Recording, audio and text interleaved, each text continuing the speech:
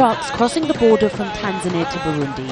They're not laden with aid, as is usually the case in Africa, but human cargo.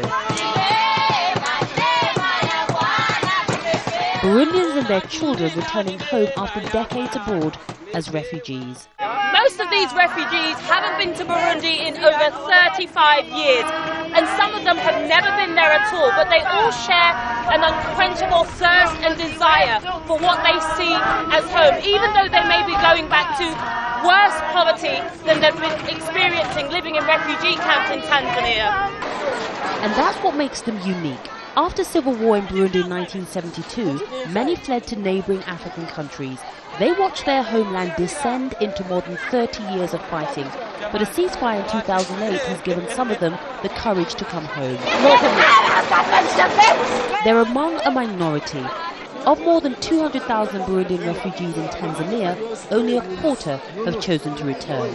In many instances, the hope of a better life is not being realised. Everest became a refugee in Tanzania when he was 11. Like many refugees, he was self-sufficient. Following a government campaign calling on Burundians to come home and build their country, he decided to return, only to find that his family's land had been taken over. He's been stuck in a temporary shelter ever since.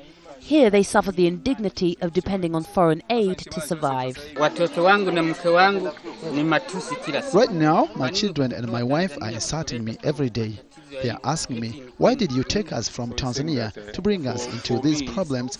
I want him to speak his mind. I don't want him to be afraid of what people are going to say. So is he disappointed with the preparedness, if you like, of the Burundian authorities? I blame the leaders who told us to come back home.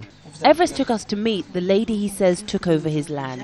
I received this news that I was on EVARISTE's land. Like others in this area are also receiving news of having occupied people's lands. I did not know it belonged to somebody. I was given it by the government. Everest's land dispute case is in court. Rachel may be forced to share it with him. There are more than 11,000 such land disputes. Controversially, many returning refugees claim their land has been grabbed by the government. Land has been occupied by the government, by political officials, by army officials for public good. We are negotiating with the government so that the land can be distributed back fairly. To keep the flow of Burundians coming home, the government will have to work harder and faster to return land before it becomes a source of conflict that sends people fleeing yet again. Yvonne Ndege, Al Jazeera, GITARA, Burundi.